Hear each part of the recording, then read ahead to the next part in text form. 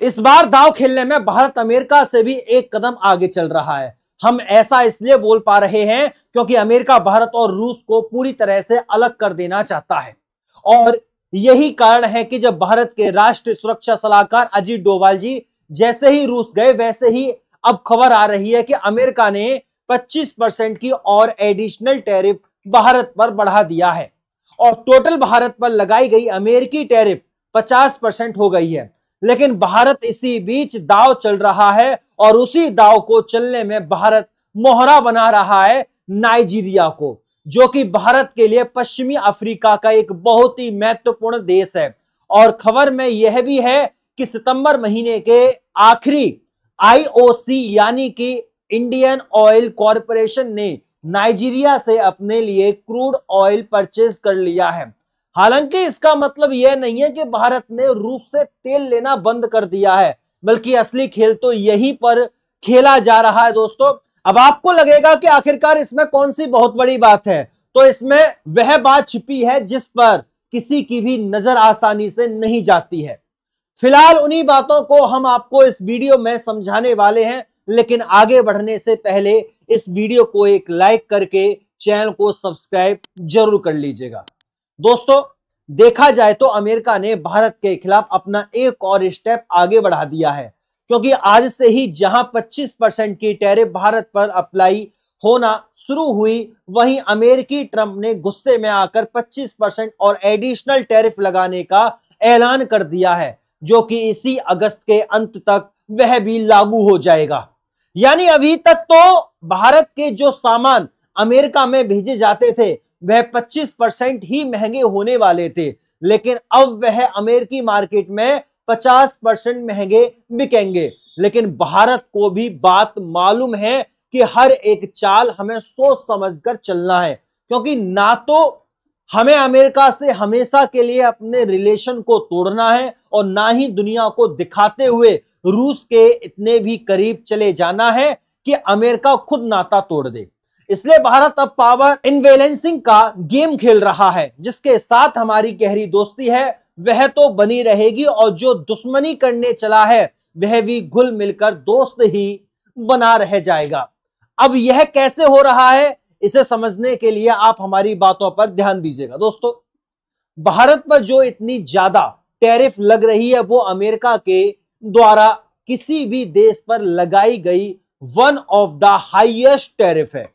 और भारत पर इतनी ज्यादा टैरिफ लगने का मेन रीजन यही है कि भारत अभी तक अमेरिका के दबाव में नहीं आया है और ना ही अमेरिका की किसी भी शर्तों को जबरदस्ती मानकर उनके साथ समझौता किया है, बल्कि भारत को धकाधक रूस से कच्चे तेल की सप्लाई ले रहा है और इसी तेल की सप्लाई लेने के कारण ही भारत को अमेरिका के द्वारा खुलकर टारगेट किया जा रहा है। क्योंकि जो भारत आज स्वतंत्र कूटनीति को लेकर चलता है और इस भारत को अमेरिका अगर झुकाने में किसी न किसी तरीके से कामयाब हो गया तो डर के कारण कोई भी देश रूस से नजदीकियां नहीं बढ़ाएगा, और भारत नहीं रुका तो भारत के पीछे पीछे और भी देश रूस के साथ लगे रहेंगे। क्योंकि पहले सिर्फ तेल की सप्लाई तक बात सीमित थी, लेकिन अब भारत और चीन तीनों मिलकर ब्रिक्स को एक नए लेवल पर खड़ा कर चुके हैं और उनकी महत्वपूर्णता इस हद तक पहुंच चुकी है कि नाटो तक के देश नाटो जैसे बड़े सैन्य संगठन को छोड़कर ब्रिक्स जैसे संगठन को मेंबर बनाना चाहते हैं। फिलहाल इसी बीच भारत अफ्रीका को भी अपने नए मोर्चे पर खड़ा कर रहा है, जिसका पहला कदम आगे बढ़ा दिया गया है कि आईओसी यानी कि इंडियन ऑयल कॉरपोरेशन ने अफ्रीकी देश नाइजीरिया के साथ एक बड़ी डील फाइनलाइज कर लिया है, जिसके मुताबिक आने वाली सितंबर महीने में नाइजीरिया इंडियन ऑयल को कच्चे तेल की सप्लाई करेगा। जी हां दोस्तों, व्यापारिक सूत्रों ने बुधवार को बताया कि भारत की सीड्स रिफाइनर कंपनी ने सितंबर डिलीवरी के लिए नाइजीरिया से कच्चा तेल के 1 बिलियन बैरल खरीदे हैं। हालांकि कीमत तत्काल ज्ञात नहीं हो सकती है। पिछले सप्ताह आईओसी ने सितंबर डिलीवरी के लिए निविदा के माध्यम से संयुक्त राज्य अमेरिका, कनाडा और मध्य पूर्व से 7 बिलियन बैरल कच्चा तेल खरीदा था, जबकि अमेरिकी राष्ट्रपति डोनाल्ड ट्रंप ने रूसी तेल की खरीद को लेकर देश की आलोचना तेज कर दी थी। लेकिन आपको भले ही लग रहा होगा कि भारत डर गया है और इसी के कारण इंडियन ऑयल अब नाइजीरिया की ओर मुड़ रहा है। तो इसका जवाब है, भारत बिल्कुल भी डरा नहीं है, बल्कि यह भी भारत की कूटनीति का हिस्सा है।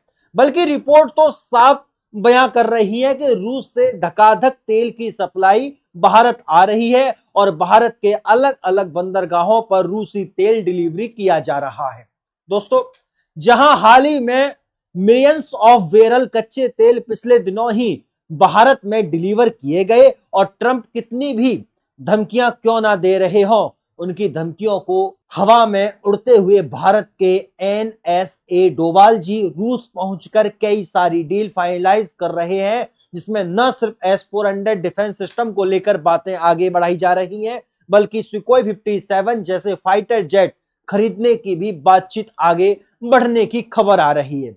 यही नहीं, बल्कि जिस तेल के एजेंडा को लेकर अमेरिका भारत पर दबाव बना रहा है, इस तेल एजेंडे को भी लेकर बातचीत होने की उम्मीद बताई जा रही है। और शायद आपको भी यह जानकर हैरानी होगी दोस्तों कि इंडियन टुडे की रिपोर्ट में कहा गया है कि अमेरिका चाहे कितना भी टैरिफ क्यों ना लगा दे, भारत की इकोनॉमी पर इसका कोई असर नहीं पड़ने वाला है, क्योंकि अमेरिकी व्यापार बाधाओं से निर्यात पर केवल 1.87% और सकल घरेलू उत्पादन यानी जीडीपी पर 0.19% प्रभाव पाया गया है, जो कि भारत की इकोनॉमी के लिए कोई बहुत बड़ा झटका नहीं है, बल्कि भारत तो इसे आसानी से ऑब्जर्व कर जाएगा।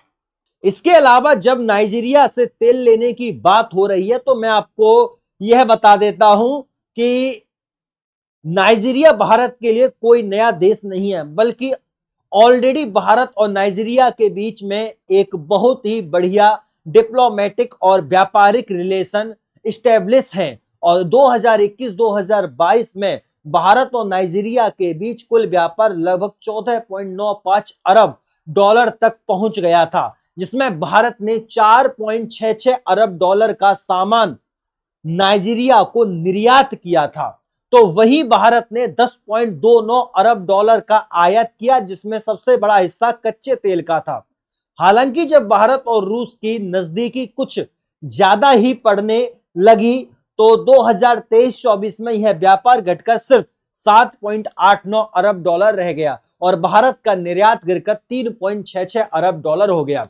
वहीं आयात घटकर 4.23 अरब डॉलर तक आ गया। आपको बता दें कि फिलहाल में नाइजीरिया भारत का छठवां सबसे बड़ा कच्चे तेल का आपूर्ति करता है और 2024 में भारत ने लगभग 4 अरब डॉलर का नाइजीरिया का कच्चा तेल खरीदा। और हाल ही में इंडियन ऑयल कॉरपोरेशन ने नाइजीरिया के अक्वामी क्रूड का 10 लाख बैरल खरीदा है, जो सितंबर 2025 में डिलीवरी होगा। यानी जो ट्रेड रिलेशन कमजोर हुआ था, भारत उसे फिर से मजबूत कर रहा है। और यही कारण है कि पिछले साल पीएम मोदी जी नाइजीरिया की यात्रा पर गए थे। भारत और नाइजीरिया सिर्फ तेल तक ही सीमित नहीं रहना चाहता है, यह एक नए क्षेत्र जैसे औषधि यानी फार्मा, कृषि उपकरण, मशीनरी, डिजिटल टेक्नोलॉजी और फूड प्रोसेसिंग में भी गहरे सहयोग की संभावनाएं तलाश रहा है।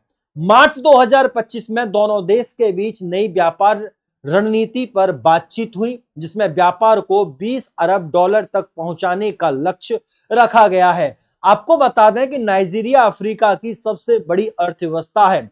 अफ्रीका में भारत का दूसरा सबसे बड़ा ट्रेडिंग पार्टनर है नाइजीरिया। ऐसे में भारत की ऊर्जा सुरक्षा, ग्लोबल साउथ नीति और ब्रिक्स विस्तार में नाइजीरिया की भूमिका महत्वपूर्ण हो सकती है। बाकी आप लोगों को क्या लगता है कि भारत को नाइजीरिया से तेल लेने पर ज्यादा ध्यान देना चाहिए या फिर रूस से ही खरीदने पर अपनी राय कमेंट बॉक्स में जरूर बताइएगा। इस वीडियो को लाइक करके अपने मित्रों तक शेयर जरूर करें ताकि उन्हें भी जानकारी मिल सके। और भी नॉलेजफुल वीडियो देखने के लिए हमारे चैनल को सब्सक्राइब करें, बेल आइकन बटन को दबाएं। फिर मुलाकात होती है अगली वीडियो में, तब तक के लिए नमस्कार।